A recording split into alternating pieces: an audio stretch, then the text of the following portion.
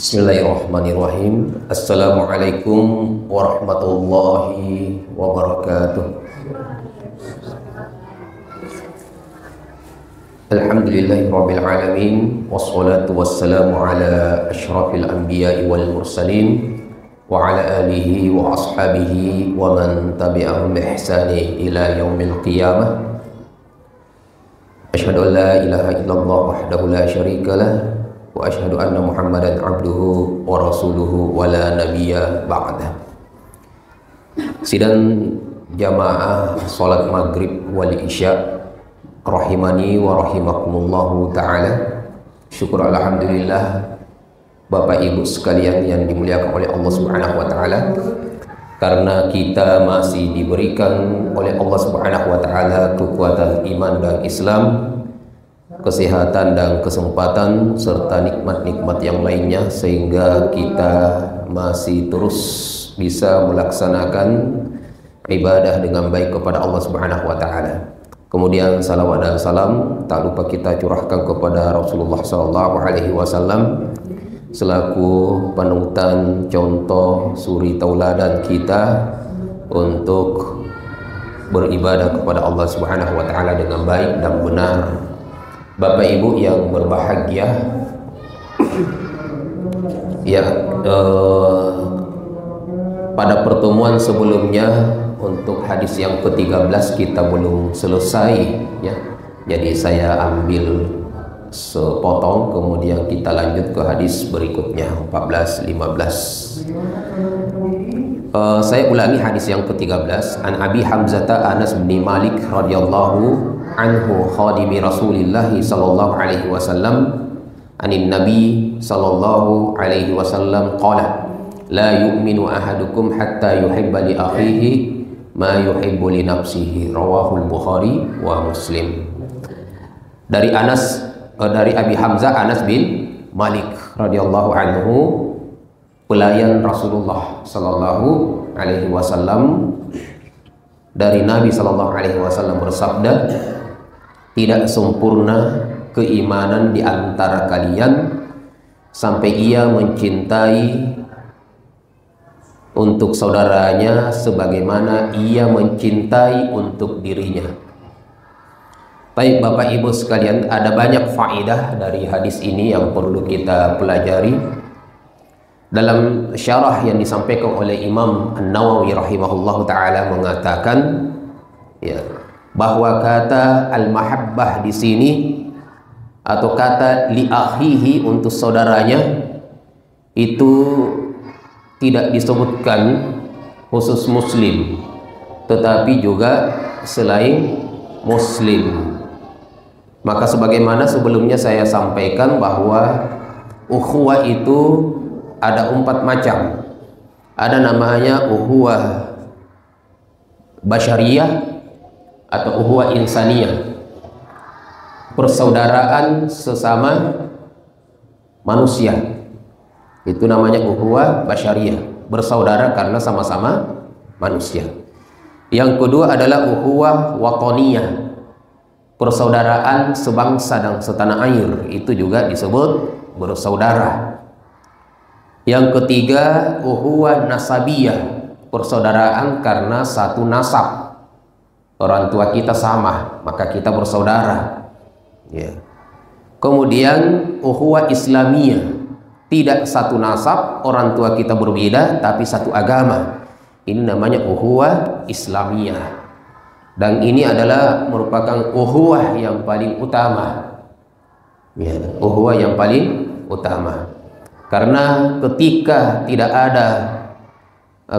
berbeda agama, maka walaupun satu rumah, satu nasab, itu tidak disebut sebagai saudara lagi, walaupun satu nasab. Tapi balik lagi Bapak Ibu sekalian, kita harus membawa kepada setiap istilah ini, ya, ada namanya ukhuwah basyariyah.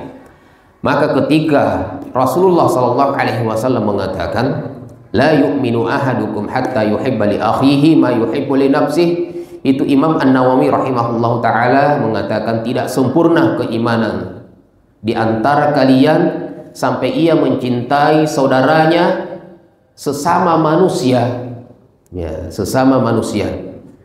Seperti apa yang ia cintai untuk dirinya. Maka di sini dijelaskan. Yang pertama adalah ya, beliau mengatakan al-ula ayyuhmala dzalika ala umumil ukhuwati hatta yashmulal kafira wal muslim. Yang pertama kita harus membawa dulu hadis ini kepada keumuman ukhuwah, yaitu ukhuwah al-basyariyah. Al-ukhuwah al-basyariyah. Kita harus membawa dulu hadis ini kepada ukhuwah basyariyah, ukhuwah insaniyah, bersaudara karena sesama manusia. Sehingga ini mencakup muslim dan kafir, ya.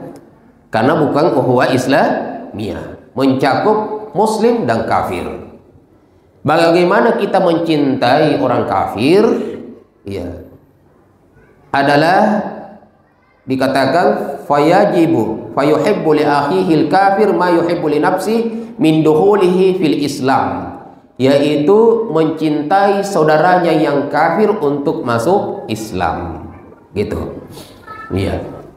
Karena Bapak Ibu sekalian, kalau tidak ada lagi ikatan cinta kepada sesama manusia, sesama orang non-muslim ini misalnya, maka tidak akan ada lagi panggilan di dalam hati kita, gerakan dari dalam hati kita untuk memanggil mereka untuk masuk Islam. Justru karena kita memiliki rasa cinta, kita bersaudara sama-sama manusia, maka sehingga bergerak hati kita untuk mengajak mereka masuk Islam. Jadi sebenarnya itu ada rasa cinta di sana. Ya. Cintanya di sini bukan cinta ukhuwah Islamiyah, tetapi ukhuwah insaniyah. Nah, walihaza kana du'a bil hidayah lil kafir mustahabban. Olehnya itu mendoakan orang kafir untuk mendapatkan hidayah itu adalah mustahab, sesuatu yang disunnahkan, sesuatu yang dicintai. Jadi doanya untuk orang kafir adalah bukan keselamatan kepada mereka, tapi yang pertama adalah mendapatkan hidayah terlebih dahulu. Ya. Mendapatkan hidayah. Wal hadis mahmulun ala nafyil iman al kamil amman lam yuhib li akhihi man lam yuhibba li akhihi ma yuhibbu li nafsi. Keumuman hadis ini itu menafikan kesempurnaan keimanan seseorang sampai ia mencintai saudaranya apa yang ia cintai. Sekarang kita muslim Bapak Ibu sekalian, tidak cintakah kita orang non muslim agar supaya juga mendapatkan Islam yang kita cintai? Maka kesempurnaan seorang mukmin itu, keimanannya itu adalah sebagaimana ia cinta Islam ada pada dirinya, maka dia juga harus menginginkan untuk saudaranya Islam itu ada pada dirinya. Dan ini kepada siapa? Kepada non muslim, orang kafir. Wal muradu bil mahabbah iradatul khairi wal manfaah. Maksud daripada mahabbah di sini adalah menginginkan kebaikan dan manfaat. Summal murad al mahabbah ad-diniyah la al mahabbah al basyariyah. Kalau beliau Imam An-Nawawi mengatakan maksud mahabbah di sini adalah mahabbah keagamaan, cinta dalam konteks agama, bukan dalam konteks keduniaan. Tapi Imam Ibnu Daqiq dengan Syekhul Islam Ibnu Utsaimin rahimahullah ta'ala itu menyebutkan bahwa hadis ini mencakup dunia dan agama, ya, urusan dunia maupun urusan agama. Tapi Bapak Ibu sekalian yang dimuliakan oleh Allah Subhanahu wa taala, Imam An-Nawawi rahimahullah ta'ala juga mengatakan asy-syakhsu mata lam yuhibba li akhihi ma yuhibbu li nafsihi kana husudan. Orang yang tidak cinta kebaikan kepada saudaranya seperti kebaikan itu melekat pada dirinya, maka sesungguhnya orang itu memiliki sifat hasad. Apa itu hasad? Dengki, iri. Jadi kalau ada orang yang tidak suka saudaranya suatu kebaikan, maka orang itu pasti memiliki sifat hasad. Dan hasad ini terbagi tiga oleh Imam An-Nawawi. Beliau mengatakan al-qismul awal ayyatamanna zawala ni'matil ghairi wa husulaha li nafsihi. Nah, ini yang pertama. Dan ini yang paling parah. Hasad yang pertama adalah seorang yang menginginkan hilangnya nikmat dari orang lain dan mengharapkan nikmat itu hanya ada pada diri dia. Ya, ini hasad yang pertama. Tidak menginginkan nikmat itu, kebaikan itu melekat kepada orang tersebut. Bahkan justru harapannya adalah nikmat itu berpaling kepadanya. Ini hasad yang paling parah. Nah, hasad yang kedua adalah ayyatamanna zawala nikmatil ghair wa illam yahsul lahu. Hasad yang kedua adalah mengharapkan hilangnya nikmat dari orang lain walaupun tidak ia dapatkan nikmat itu. Jadi ini level terendah dari nomor satu. Paling parah yang pertama tadi, menginginkan nikmat dari orang lain itu hilang, dan setelah hilang dia ingin mendapatkan untuknya. Nah, yang kedua, menginginkan nikmat itu hilang dari orang lain walaupun dia tidak dapat. Yang penting kita sama-sama tidak dapat. Ya, dia menginginkan kalau rugi sama-sama rugi, tidak menginginkan orang lain untung kalau dia dalam keadaan rugi. Kalau dia dalam keadaan bermaksiat, menginginkan orang lain juga jangan beribadah. Waliyadzubillah. Kalau dia dalam keadaan tidak sholat, dia berharap juga orang lain seperti dia tidak sholat. Nah, ini parah. Ya. Atau kalau ada orang yang kaya, dia menginginkan kekayaan itu hilang dari orang lain walaupun dia juga tidak kaya. Kalau yang pertama tadi, menginginkan kekayaan itu hilang dari dia dan ingin meraih kekayaan itu untuk dirinya. Menginginkan jabatan dari orang lain itu hilang dan menginginkan jabatan itu melekat untuk dia. Nah, ini paling parah ya. Nah, yang ketiga adalah ayyatamanna zawalan ni'mati anil ghair walakin alla yatamanna zawalan ni'mati anil ghair walakin yakrahu irtifa'ahu alaihi minal hazzi wal manzilah wa yarda bil musawati wala yarda biziyadah. Wa hadza aidan muharram, ini juga haram. Haram semua tiga-tiganya, tidak ada hasad yang baik ya. Yang ketiga adalah orang tersebut tidak menginginkan hilangnya nikmat dari orang lain. Dia tidak perlu hilang nikmat itu dari orang lain. Tetapi yang dia inginkan, dia benci penambahan dari nikmat itu. Iya. Kalau ada yang pangkatnya misalnya levelnya segini, dia tidak berharap jatuh dari level itu, tetapi dia juga tidak berharap naik level. Nah, itu. Paham Bapak Ibu? Nah, ini yang ketiga. Tapi yang pertama dan kedua masih lebih parah. Tapi jelas ini juga tidak baik. Nah, wala yarda biziyadah, dia tidak ridha ada tambahan dari orang itu. Hadza aidan muharram, ini juga haram hukumnya. Li'annahu la yarda bi qismatillahi ta'ala, karena ini sama dengan dia tidak ridho dengan pembagian nikmat dari Allah. Bapak Ibu sekalian, kalau ada orang lain mendapatkan nikmat ini, siapa yang kasih? Allah. Maka ketika kita menginginkan nikmat itu hilang dari orang lain itu, berarti kita menginginkan Allah tidak memberikan bagian kepadanya. Dan itu Allah yang mentakdirkan, berarti kita tidak menginginkan takdir Allah, tidak menginginkan takdir Allah dalam hal yang seperti itu. Nah, ini makanya haram hukumnya. Li'annahu lam yarda bi qismatillah, berarti dia tidak ridho dengan pembagian Allah Subhanahu wa taala. Ya. Allah Subhanahu wa taala dalam surat Az-Zukhruf ayat 32 berfirman, "Ahum yaqsimuna rahmata rabbik, nahnu qasamna bainahum ma'isyatahum fil hayatid dunya wa rafa'na ba'dahum fawqa ba'din darajat." Allah Subhanahu wa taala berfirman, apakah mereka yang membagi-bagi rahmat Tuhanmu? Allah, apakah mereka orang-orang itu, orang-orang hasad itu yang membagi-bagi rahmat Allah? Jawabannya kan bukan. Ya. Dan ini kan masalah karunia, rahmat, nikmat Allah. Masing-masing sudah digariskan oleh Allah Subhanahu wa taala. Lalu Allah mengatakan, nahnu qasamna bainahum ma'isyatahum. Kamilah yang membagi-bagikan di antara mereka manusia-manusia itu kehidupan mereka. Fil hayatid dunya, pada kehidupan mereka di dunia. Wa rafa'na ba'dahum fawqa ba'din darajat, dan kami mengangkat beberapa derajat di antara mereka. Jadi wajar Bapak Ibu sekalian, memang Allah tidak harus menyamakan kita dalam rizki, nikmat, pangkat, jabatan, kekayaan. Tidak harus Allah jadikan kita satu level.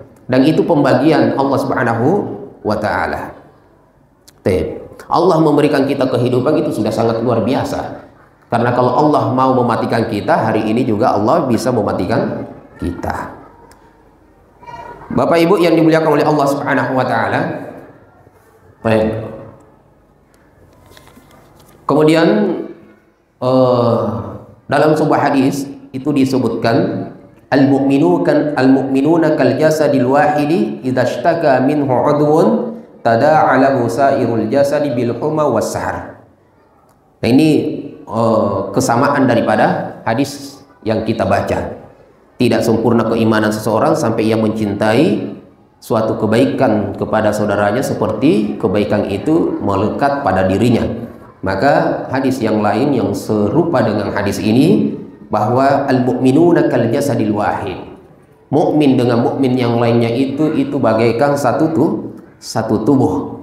Idza ishtaka anhu minhu 'udwun, apabila dari tubuh itu merasakan sakit, tada'alahu sairul jasadi bil huma wasar, maka akan merasakan semua bagian anggota tubuhnya itu sakit dan sama-sama tidak bisa tidur. Ya, merasakan sakit, demam. Bapak Ibu sekalian, seorang mukmin itu seharusnya seperti itu. Ketika ada mukmin yang lain sakit, maka juga kita harus. Makanya dalam hadis itu disebutkan, fa iza marida fa'udhu, hakul muslim alal muslim, hakul muslim alal muslim, hak muslim terhadap muslim yang lainnya diantaranya iza marida fa'udhu, yaitu apabila sakit maka jenguklah. Kata fa'udhu itu dari kata ada ya'udu, kembali. Kenapa Allah tidak mengatakan fazurhu? Zurhu itu juga artinya kunjungi, tapi Allah tidak mengatakan fazurhu, karena dalam bahasa Arab Bapak Ibu sekalian, walaupun ada makna kesamaan, tetapi masing-masing memiliki makna yang lebih spesifik. Nah, kata zara yazuru itu artinya adalah mengunjungi, tidak kembali. Artinya saya kunjungi Bapak satu kali, tidak berharap kembali besok atau lusa. Tapi kalau fa'udhu, fa'idha marida fa'udhu, apabila dia sakit maka jenguklah dia. Kata fa'udhu di sini artinya mengunjungi orang sakit itu dan besok datang lagi, gitu, berkali-kali. Allah tidak mengatakan fazurhu, kunjungi dia dengan kata zara yazuru, tapi kunjungi dia dengan ada ya'udu. Ada ya'udu artinya kembali, ya, datang dan kembali lagi, sambil kita membawa sesuatu. Karena kalau tidak bawa sesuatu di hari pertama Bapak Ibu sekalian kepada orang sakit, nah itu di besok kalau datang paling dia lagi tidak bawa gitu. Karena Bapak Ibu sekalian, yang mereka harapkan itu adalah kenyamanan ketika orang sakit itu. Apapun yang kita bawa itu terasa sehat walaupun sakit badannya. Ya, kita bawa buah saja padahal dia tidak makan lagi. Orang sakit biasanya kan tidak makan apel, tidak makan anggur. Tapi yang penting kita bawa itu bahagia dan berharap besok kita datang lagi. Ya. Kemudian kita doakan. Padahal walaupun kita tidak di sampingnya kita doakan, jauh pun bisa kita doakan, tapi kalau kita di sampingnya Bapak Ibu sekalian, itu terasa sehat mereka, orang sakit itu. Bapak Ibu sekalian yang dimuliakan oleh Allah Subhanahu wa taala, di antara kelebihan banyak menjenguk orang sakit itu adalah kita baru merasakan nikmatnya sehat. Iya. Pernah Bapak Ibu merasakan sakit? Kalau sakit itu lihat orang sehat itu Masya Allah, enaknya kalau sehat. Itu kalau kita rasakan sakit. Tapi ketika kita dalam keadaan sehat walafiat seperti ini, itu terkadang kita lupa dengan apa yang namanya penyakit, sakit, ya. Sehingga kita biasa-biasa saja mendengar orang sakit. Padahal seorang muslim itu ketika ada mukmin yang lainnya sakit, itu harus dia rasakan. Ketika mendengar dia sakit gigi, maka rasakan Bapak, sakitnya itu gigi. Kalau sakit gigi Ki, coba dibayangkan Ki. Nah, seorang mukmin itu seharusnya dibayangkan Ki, sehingga dia rasakan apa yang dirasakan oleh orang sakit itu. Karena kalau sudah muncul perasaan Bapak Ibu sekalian, akan muncul ingin menjenguknya. Ya, ingin menjenguknya. Bapak Ibu sekalian yang dimuliakan oleh Allah Subhanahu wa taala. Baik, kita lanjutkan. Ada beberapa yang disebutkan oleh Syekh Ibnu Utsaimin rahimahullah ta'ala mengatakan annal iman yatafadal minhu kamil wa minhu naqis, bahwa keimanan itu bertingkat-tingkat, ada yang sempurna imannya, ada yang kurang imannya. Makanya di dalam Sahih Al-Bukhari itu ada bab khusus yang diletakkan oleh Imam Bukhari mengatakan babul iman yazid wa yanqus, bab iman yang bertambah dan berkurang. Yazidu bit ta'ah wa yanqusu bil maksiyah, bertambah dengan ketaatan dan berkurang dengan maksiat. Ya, maksiat itu Bapak Ibu sekalian bukan hanya mencuri, kemudian berzina, minum khamar, tapi maksiat yang paling kejam itu adalah meninggalkan ibadah. Ya, ketika Allah perintahkan kita sholat lalu kita tidak sholat, karena larangan itu Bapak Ibu sekalian itu bukan setiap hari orang lakukan. Tetapi ibadah sholat, kenapa ibadah sholat menjadi tiangnya agama? Ya, karena sholat ini adalah merupakan ibadah yang setiap hari dilakukan minimal 5 kali, yang wajib 5 kali, yang menjadi tiang agama itu yang wajib 5 kali. Sholat, puasa nggak sampai, hanya 1 kali sebulan yang wajib. Zakat juga seperti itu. Maka sholat menjadi tiang agama karena setiap hari. Ya, makanya ulama kita mengatakan orang yang meninggalkan, sebagian ulama kita mengatakan orang yang meninggalkan sholat secara sengaja dia jatuh dalam kufur sengaja. Sebagian mengatakan kalau dia meninggalkan sholat dan mengatakan sholat itu tidak wajib, maka jatuh dalam kekufuran. Maka maksiat Bapak Ibu sekalian yang paling kejam itu adalah meninggalkan ibadah, khususnya ibadah sholat. Karena kalau orang berzina dikatakan maksiat, tapi orang berzina tidak akan mungkin setiap siang dan malam, apalagi 5 kali sehari semalam mereka berzina. Peminum khamar itu juga tidak akan sampai 5 kali sehari semalam dia akan minum khamar. Ya. Maka orang ketika jatuh dalam maksiat khamar, maksiat zina, maksiat mencuri, itu tidak akan mungkin bisa dikatakan mencuri sekali sepekan dia lakukan. Berzina sekali sepekan misalnya, itu sudah sering sekali itu. Ya. Dan seterusnya, maksiat-maksiat yang lainnya. Tetapi ketika orang tidak sholat, berapa kali dia bermaksiat dalam sehari semalam, maka ini paling kejam. Ini yang paling dahsyat, ini yang paling parah maksiatnya seseorang. Maka meninggalkan bukan hanya mencuri, berzina dikatakan bermaksiat, kemudian berkurang imannya, tetapi meninggalkan ibadah juga termasuk maksiat. Ya. Maksiat itu adalah meninggalkan ibadah dan melakukan larangan, meninggalkan perintah dan melaksanakan larangan, itu maksiat. Kemudian beliau mengatakan al-hasu ala mahabbatil khair lil mu'minin, yaitu dorongan untuk cinta kebaikan untuk saudaranya mukmin. At-tahzir min ay yuhibba lil mu'minin ma la yuhibba li nafsi, yaitu peringatan untuk bagi seorang mukmin untuk mencintai, peringatan kepada seorang mukmin untuk dari mencintai saudaranya hal-hal yang dia tidak cintai. Jadi sesuatu yang kita tidak cintai untuk diri kita, seharusnya juga kita tidak cintai sesuatu itu melekat pada orang lain. Ya, maka Syekh Ibnu Utsaimin rahimahullah taala mendorong kita untuk apa? Untuk tidak seorang mukmin itu mencintai sesuatu yang dibenci untuk dirinya ada pada orang lain. Tetapi kita mencintai saudara kita sesuatu yang kita cintai pula.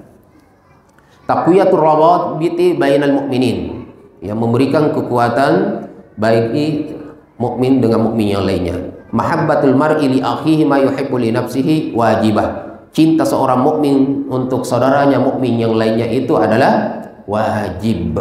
Ya.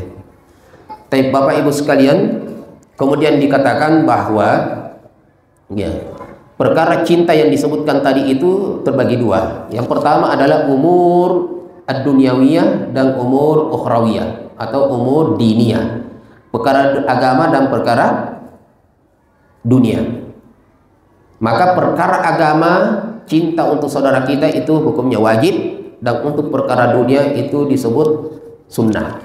Ya, disebut sunnah. Kemudian dijelaskan Bapak Ibu sekalian, idza kana ma yuhibbuhu li nafsi muta'alliqun bi umurid din fa hadza wajibun ay yuhibba li ikhwanihi ma yuhibbu li nafsi. Saya sudah terangkan tadi bahwa wajib bagi seorang muslim yang terkait dengan urusan agama, sesuatu yang dia cintai untuk dirinya juga dia cintai untuk saudaranya. Bapak Ibu sekalian, seperti ini misalnya, saya kasih contoh. Saya suka puasa sunnah, maka kita juga mengharapkan mukmin yang lainnya puasa sunnah seperti yang saya lakukan. Saya suka sholat tahajud, maka Bapak Ibu sekalian harus punya harapan mukmin yang lainnya juga melakukan apa yang Bapak Ibu bisa lakukan itu. Ketika kita mudah melakukan ibadah apa saja, sholat berjamaah di masjid mudah saya lakukan, maka kita juga harus menginginkan kebaikan sholat berjamaah di masjid itu ada pada tetangga-tetangga kita, mukmin yang lain. Seperti itu. Untuk urusan dunia, untuk urusan akhirat seperti itu wajib hukumnya. Ya. Kemudian untuk urusan duniawiyah itu mustahab. Ya. Maka boleh mendahulukan orang lain. Nah, kemudian disebutkan di sini al-isar, Bapak Ibu sekalian, dari perkara agama. Ternyata dalam perkara agama itu al-isar, berbagi kepada orang lain itu nggak boleh. Dalam perkara agama, mendahulukan, bukan berbagi tapi mendahulukan. Misalnya seperti ini, ya, untuk pendekatan, ya, ketakwaan itu tidak boleh, karena Allah Subhanahu wa taala berfirman, sabiqu ila maghfiratin min rabbikum. Allah juga mengatakan, wa fi dzalika falyatanafasil mutanafisun. Allah menyuruh kita berlomba-lomba dalam kebaikan, maka tidak boleh isar. Isar itu artinya mendahulukan orang lain melakukannya daripada kita. Contoh Bapak Ibu sekalian, kalau seandainya ada perkara ibadah, itu tidak boleh kita mengatakan Anda saja, saya tidak usah. Dalam perkara agama tidak boleh begitu. Dahulukan diri kita dulu, baru ajak orang lain mengikuti kita. Ya. Salat sunat misalnya, jangan kita mengatakan salat sunat bagi kita, saya tidak nih kayaknya, nggak boleh. Dalam urusan agama nggak boleh mendahulukan orang lain kemudian melupakan diri kita. Kalau urusan duniawinya nggak masalah. Misalnya, ya duduk bagi depan, saya di belakang nih. Ya, perkara duduk-duduk. Tapi kalau sholat itu biasa kita lihat Bapak Ibu sekalian. Saya tanya, sholat di sop pertama itu mana lebih baik dengan sop kedua? Pertama. Tapi kita biasanya mendahulukan orang lain. Ya, baru kita kita berdiri di saf kedua. Yang baik bagaimana? Kita maju dulu, kalau masih ada yang kosong baru kita ajak ke samping kita, saudara kita. Itu masih ada yang kosong, maju Ki. Ya. Sekarang kita biasanya kita paling belakang. Baru nyuruh orang lain. Nah, beliau ngasih contoh begini Bapak Ibu sekalian. Masalan, ata rajulun muhtaju ila mablaghi minal mal. Datang seseorang yang menginginkan harta. Mablag minal mal itu artinya uang atau harta. Datang seseorang yang minta uang dari Anda. Fa anta muqtadirun wa ahukal muslim muqtadirun. Maka Anda berdua ini. Misalnya Bapak Ibu sekalian, ada orang yang datang minta uang. Orang miskin, membutuhkan. Oke? Datang, dan kita 2 orang atau 3 orang. Kita mampu memberinya karena kita punya uang, saudara kita juga mampu memberinya karena dia juga punya uang. Lalu saya baca di sini ya, fataqulu lahu sa'idhu, yakni anna sa'idhu, bantu dia. Jadi Anda, ibu, bapak mengatakan kepada saudara temannya, kasih dia. Nah, ini kan bersedekah ibadah atau bukan? Ibadah. Lalu ibu, bapak mengatakan bantu dia. Sa'idhu, yakni Anak watikal fursah, saya kasih kesempatan kamu beribadah untuk dapat pahala. Wa huwa yad'uka lidzalika aidan min babil mahabbah. Lalu orang itu juga, ini namanya isar. Anda mendahulukan saudaranya, saudaranya juga mengatakan, kita yang kasih. Ya, kita yang kasih. 5.000 misalnya. Fakullu wahidin yuqaddimu akhahu. Maka setiap satu orang itu mengedepankan saudaranya. Famislu hadza makruhun aidan la yanbaghi. Maka yang seperti ini itu hukumnya makruh, tidak seharusnya dilakukan. Tidak boleh. Jadi kalau kita punya kesanggupan memberi orang, kasih dia. Ya. Kalau tidak, ya jangan kasih. Tapi tidak boleh kalau kita sanggup baru mendahulukan orang lain. Kecuali kalau kita tidak sanggup, baru kita mengatakan kasih Ki. Kebetulan saya nggak bawa dompet misalnya. Nah, seperti itu. Dan semua jenis ibadah itu hukumnya makruh mendahulukan orang lain. Ya. Tapi biasa kan sudah terbiasa sudah hal yang dianggap sepele ya. Ya. Karena kami juga biasanya kita di kantor itu kalau sempat terlambat ke masjid kita di musola. Dan di musola itu ya karena ustadz semua kita imam. Padahal mana lebih baik makmum dengan imam? Ya imam. Dan kalau cuma imam salat zuhur, salat asar kan tidak perlu bagus suaranya. Ya. Iya, nah kita biasanya di salat zuhur dan asar. Kalau salat maghrib seperti tadi, pertama sudah ada imam tetapnya, ya pasti imamnya yang kita suruh Bapak Ibu sekalian. Yang kedua mungkin ada, kalaupun tidak ada imam tetap, ya kita merasa ada yang lebih baik, maka nggak ada masalah. Tetapi kalau kita sama-sama sanggup misalnya, ya sama-sama bisa, maka nggak bisa saling menyuruh. Seharusnya Bapak Ibu sekalian ya. Wallahu a'lam kalau ya ini. Tapi isar seperti itu dalam taqarrub kepada Allah Subhanahu wa taala. Ya. Tapi kalau urusan dunia Bapak Ibu sekalian nggak masalah mengutamakan orang lain. Ya. Baik. Misalnya kita punya makanan, ya, punya makanan, minuman, baru kita kasih orang lain.